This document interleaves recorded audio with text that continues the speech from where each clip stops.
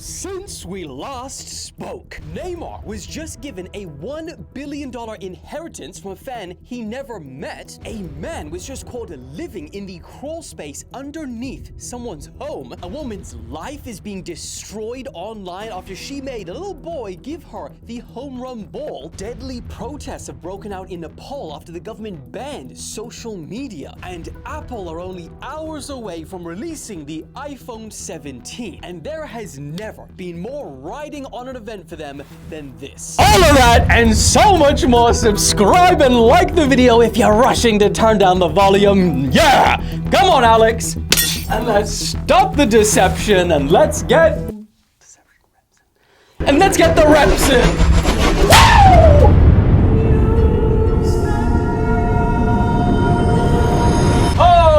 Got him good there. Okay, I think we've got to kick off today with the fact that Karens have just made a huge comeback over the weekend. Because, since about 2020, it seems like, the amount of times you hear the word Karen with crazy videos been a little bit dwindling. But all of that changed this weekend at a baseball game in Philadelphia. Let's go. After a home run ball was hit into the stands. As usual when this happens, a bunch of people start scrambling to be the one to grab the ball. And this time, the winner is this father in the red t-shirt who then goes back to his son, gives him the ball along with a big hug. Even the eyes closed.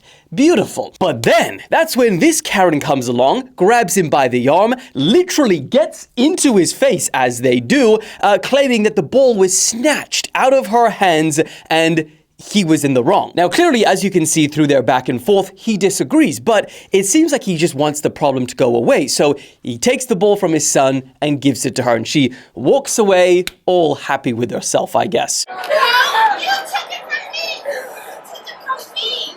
Never eat my hands! Never eat my hands! Bye!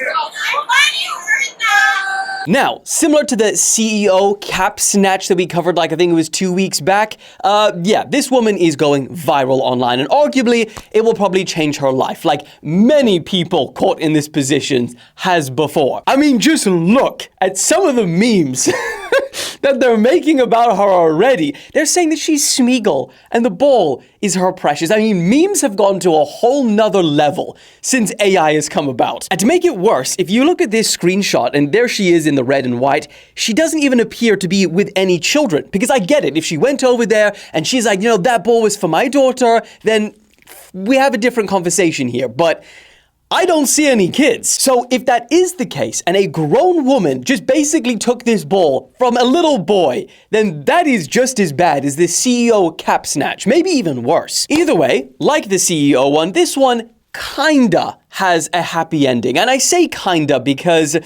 despite this whole situation, the boy gets given a gift package from the staff at the stadium, and he even meets one of the players after the game who gives him a bat. But despite all of this, listen to his response when he was interviewed by local media after the game. I wasn't very happy that we had to give it to her, but we can't win.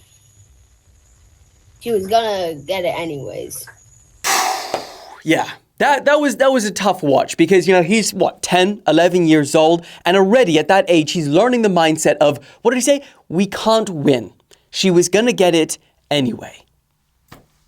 I bet Alex is furious. That's not how he would raise up to be a warrior!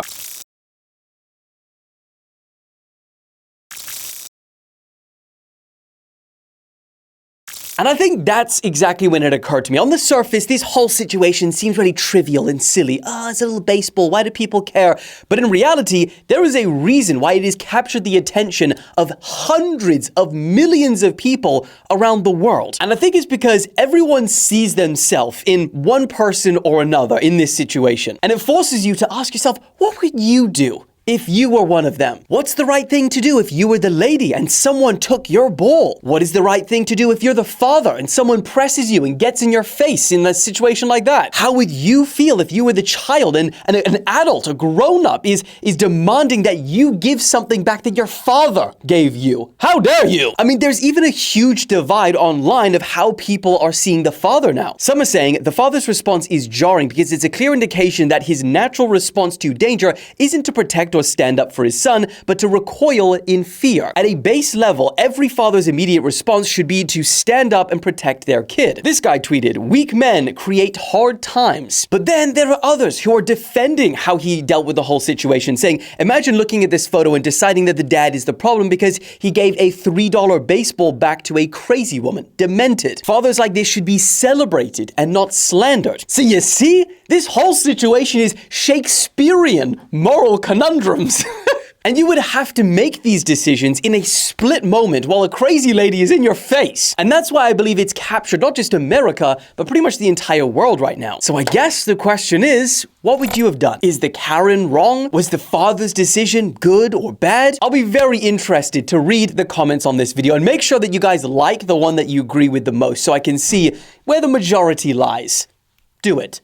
Moving on. Also, over the weekend, we may have just witnessed the single biggest glaze in human history. That's because a Brazilian businessman who recently died left his entire $1 billion fortune to Neymar. And no, not because they were buddies. They never even met. It was just because this guy was a massive fan and he didn't have a wife, he didn't really have any family or any kids to pass his wealth down to. In fact, in his will, which was obtained by Brazilian media, he said, "I like Neymar. I identify with him a lot. He's not self-serving, which is something rare these days. And his connection with his father reminds me a lot of the one I had with mine, who has passed away." And I mean, just to put this amount of money in perspective for you, which consists of properties, investments, and shares in companies, it is more than 3 times what is rumored to be Neymar's net worth. So if Neymar accepts, he would have made more money from one singular fan than he would have done in his entire career of playing football. And bro played in Saudi. That is insane. Now, this still does have to be approved by the courts, but many people are saying that Neymar shouldn't accept this money. He should accept it, but then give it away. He doesn't need it. He's worth 300 million odd already. But then other people argue that this was a man's dying wish for Neymar to have his money, okay? If this businessman wanted a charity or someone else to have it, he would have given it to them. So, tough one. What do you guys think? Should he keep the money? Should he do something better with it? Let me know. Moving on. Okay, we gotta talk about the massive event for Apple tomorrow. Because yes, it's the annual release of the new iPhone, but this time it's different. Apple is going into this event off the back of a ridiculous amount of L's, to the point where I don't think I've ever seen more people talk about their switching to Android than I am now. I don't know for a fact you've seen those videos too. Even the biggest Apple fanboys and creators are cracking. And it does really feel like, for the first time, the Apple dominance is slipping. I mean, the iPhone 15, that dropped, didn't really wow people. The Vision Pros, don't even get me started. That was a massive flop. Apple Intelligence, that was such a big catastrophe that they got sued for false advertising. And they were literally forced to change how they marketed it. They dropped the iPhone 16, and not only did it feel so similar to the previous iPhone that it made me buy a freaking Samsung, but they also had to reduce their production goal after the demand for it was lower than anticipated. They then announced their biggest iOS update since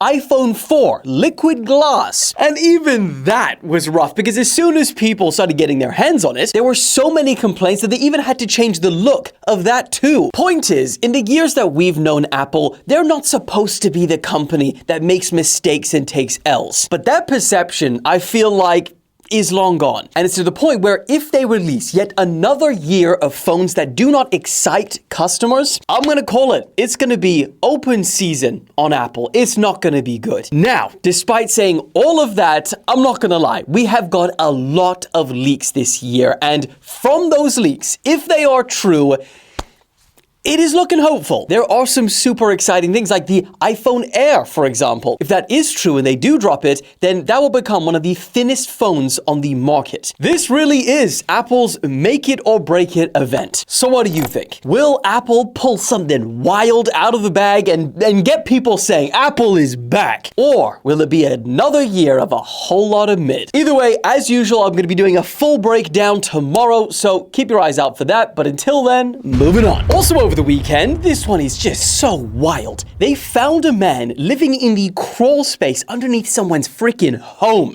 in Portland, Oregon. What are you guys doing over there? And let me tell you, what this brother was doing was way beyond squatting. Bro was standing, 10 toes down.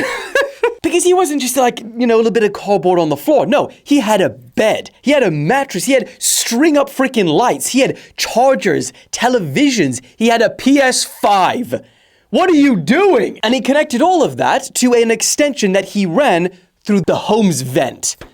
What the hell? And you know what's even crazier? This is so wild. So let me read you this. Police were called to the property after a witness reported seeing a man who wasn't known as a resident parking his car and walking to the back of one of the buildings. Yeah, bro had a freaking car. He is living better than... Bro is living in the top 10%. Oh, and don't worry, this somehow gets even crazy because when police tried to enter, they discovered that the owner's keys, which unlock the small door opening to this crawl space, they didn't work. And you know why? Because this man changed the freaking locks on their doors, which would have cost money, which would have cost research, investment. Now, once the police broke through the locks, they discovered this 40-year-old man named Benaimin Bakur just chilling inside. And also they found a meth pipe in there as well. So bro was getting litty, playing a bit of FORNITE, driving around, who knows? He probably had a job. Now, he was booked into jail and his bail was set at $75,000. I think his charge was something like first-degree burglary. I can't remember. But yeah, I guess ultimately the moral of the story is next time you hear noises in your attic or your crawl space, it could be nothing. Or it could be a 40-year-old man playing freaking Fortnite.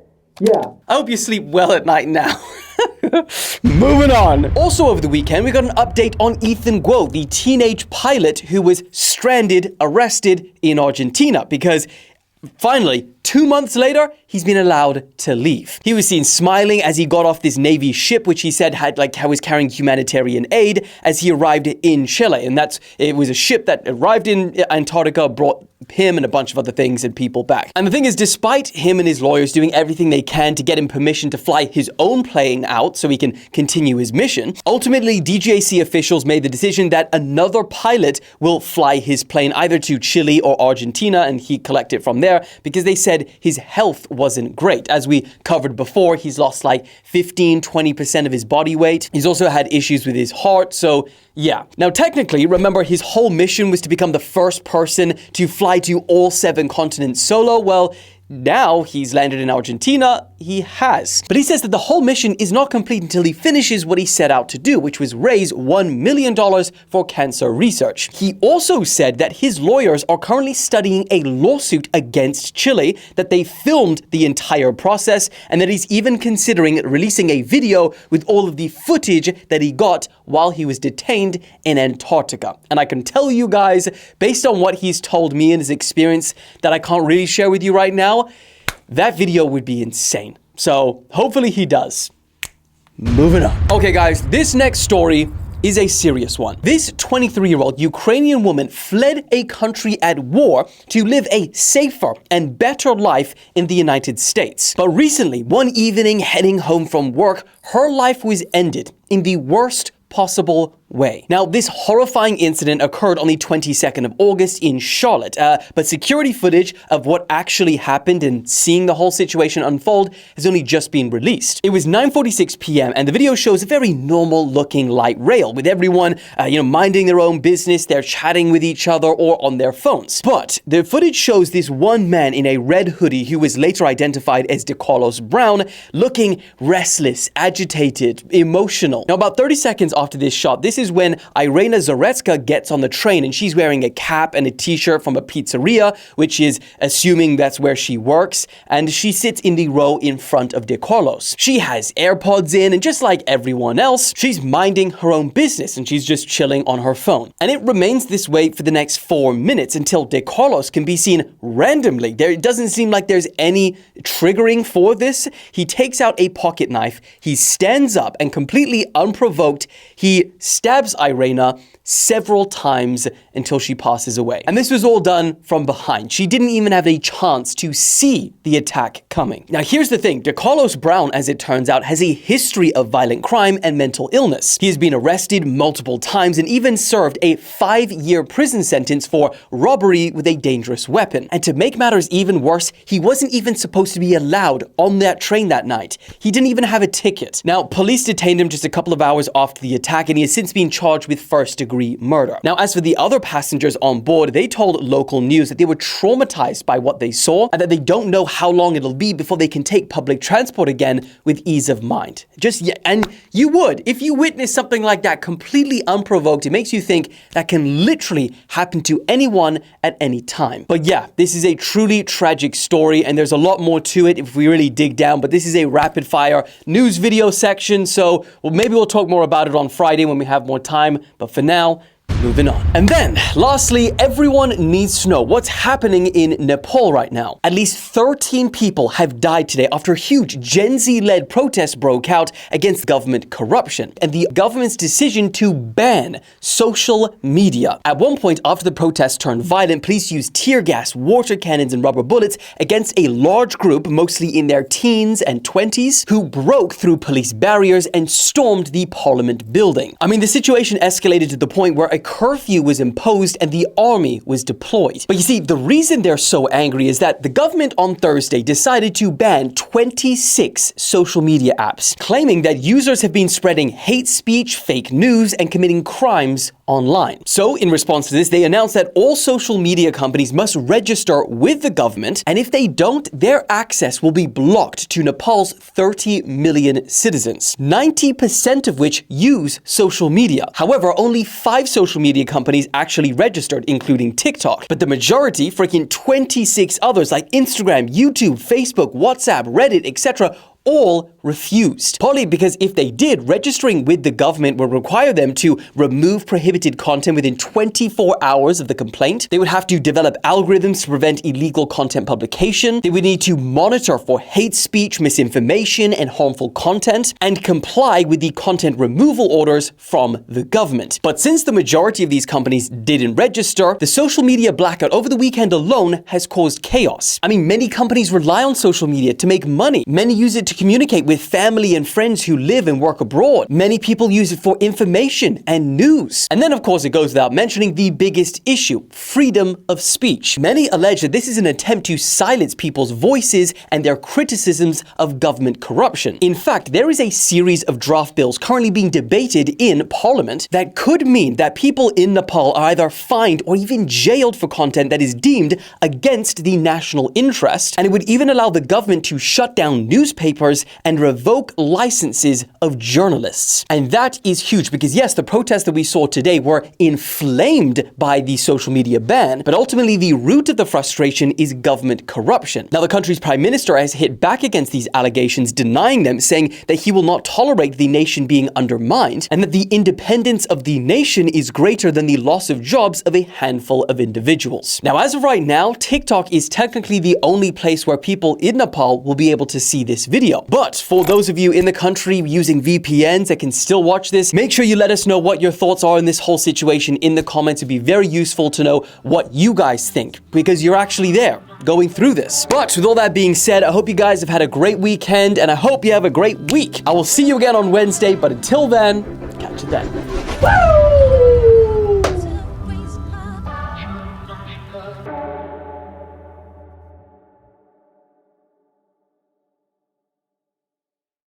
Let's get the reps in. Woo! Woo! Woo! Woo!